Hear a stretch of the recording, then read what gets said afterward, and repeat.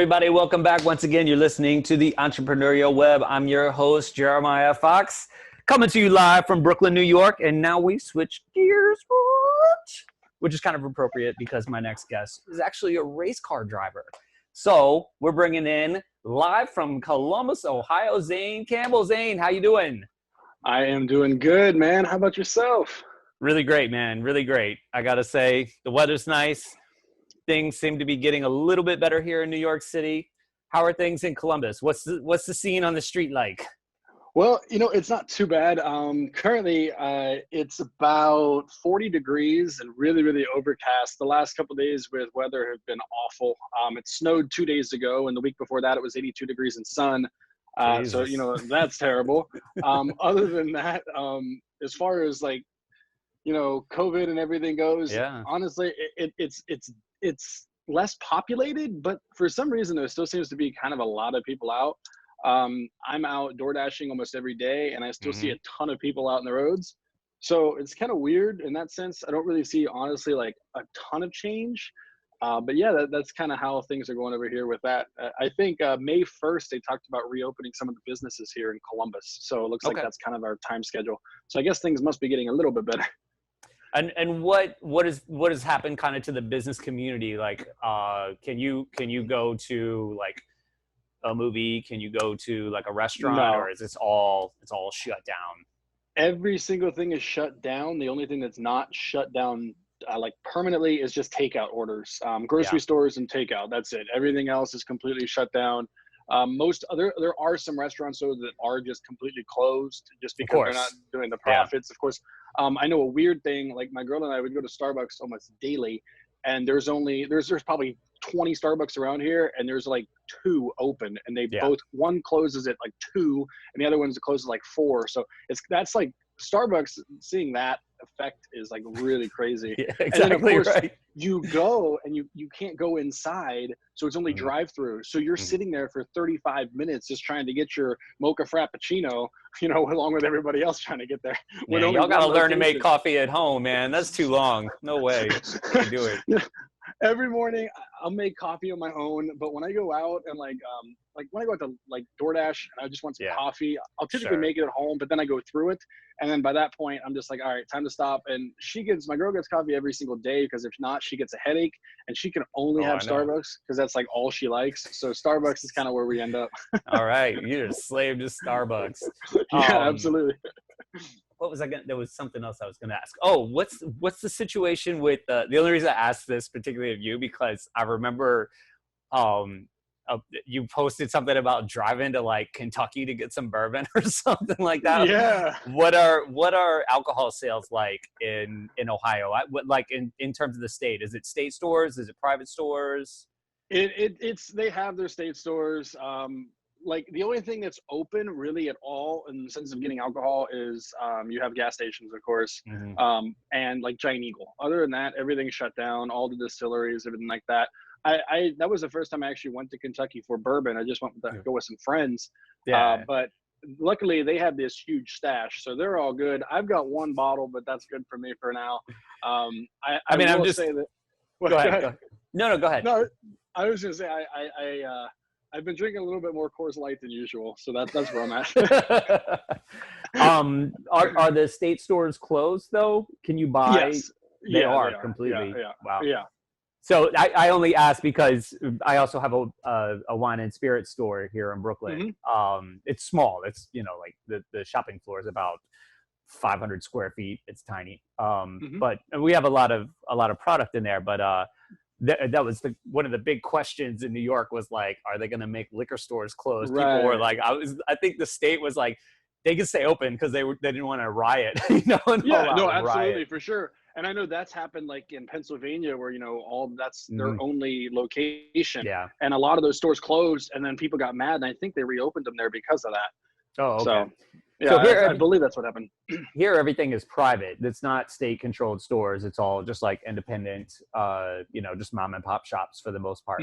And we were able to stay open, which was fantastic because it was, that was our most consistent stream of income all along. Like I've got a restaurant too, which I'm sitting in right now, but restaurants are not consistent streams of income under any circumstance. Right. But, absolutely.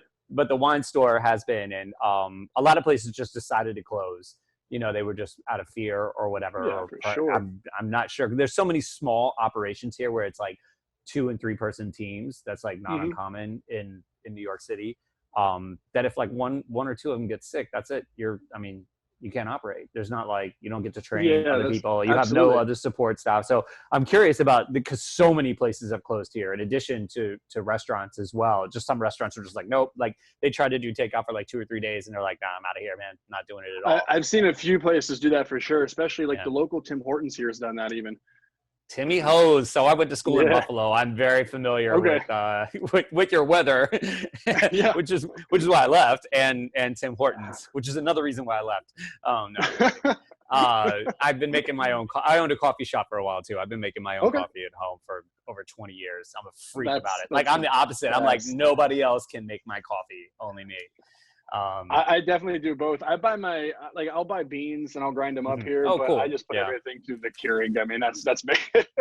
No, man, I got like a $4,000 espresso set up at home. Holy crap. Wow. Well, when I closed my shop, I had this, and it was literally, the shop was in my backyard. Like I walked out of my apartment and the store was next door. So every morning I just got up and walked and made coffee on a, $10,000 machine. And I got spoiled, crazy. And I was like, so when I sold the coffee shop in 2017, and I was like, yeah, but I still need that great coffee. So I just bought a really dope home unit, and that's the way to go.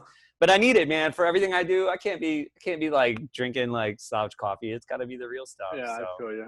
Absolutely. No, I totally get that. It's like for me in the morning when I get up and I start my work, the first thing I do is coffee, whether, it's always made from home early in the morning, 5, 6 in the morning, it's always made from home. You were up early today. Woo. Yeah. I've been trying to get back on a routine because with quarantine and everything, I've been kind of sleeping in later and I haven't been as productive. Like the best time for me to get work done is from like 5 a.m. to like 8 a.m. And that's typically where I'm most productive. So I've been doing that recently, getting back into that. So yeah, it's been enjoyable. Good for you. Did you happen to catch the message of the week at the beginning of the show? Were you listening? I did not. No, I did not. I was actually a giant eagle. No problem. I want to share it again because it's from the first guest, who also is a connection I made through Twitter, and this is from one of her tweets earlier in the week. But you just said something that really, both of you kind of stood out to me in this regard. So I'm just going to read it one more time for you and anybody else that wasn't listening. So what she said was, my priority right now is my job because it's funding my life and my dreams. It's also teaching me how to run a successful international business digitally. All my spare time and weekends are devoted to content creation and side hustles. And it seems to me like you're kind of following the same path.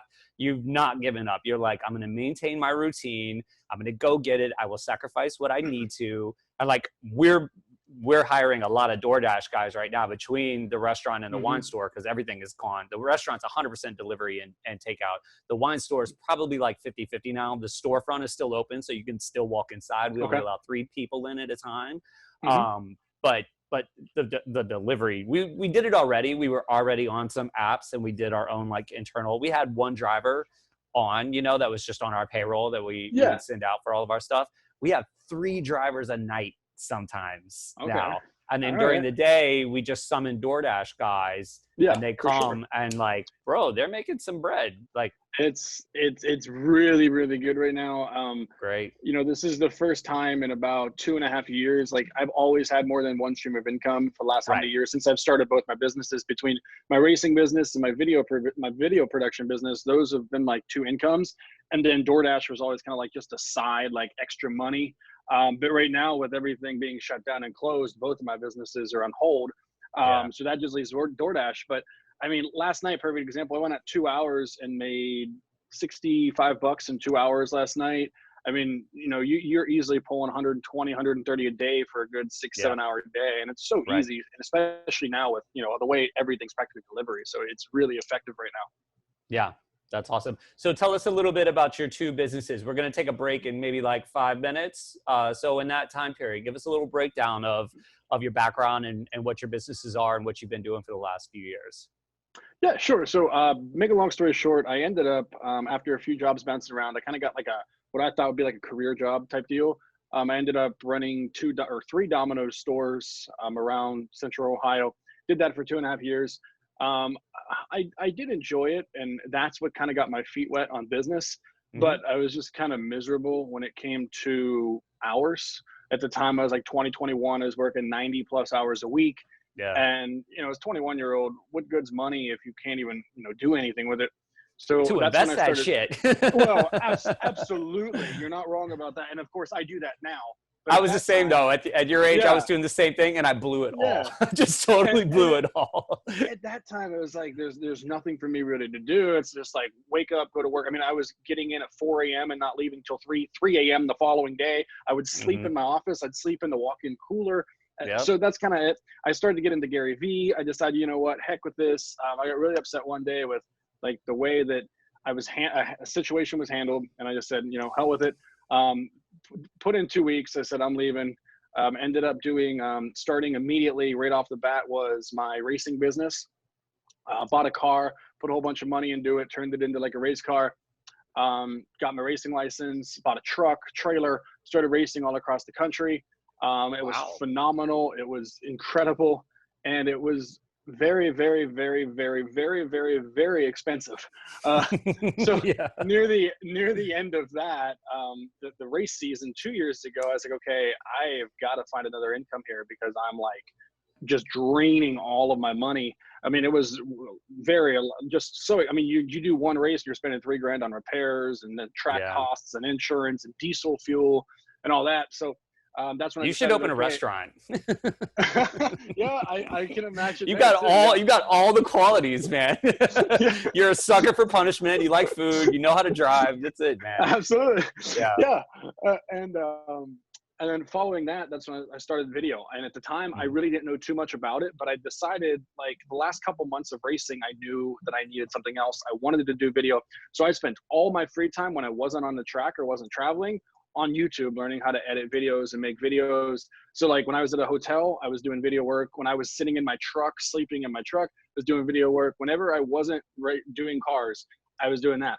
Learned a whole bunch, started to make some videos, got pretty good really quick. Well, not really quick, but quite quickly for what, you know, you expect. Right. Putting in long hours, of course.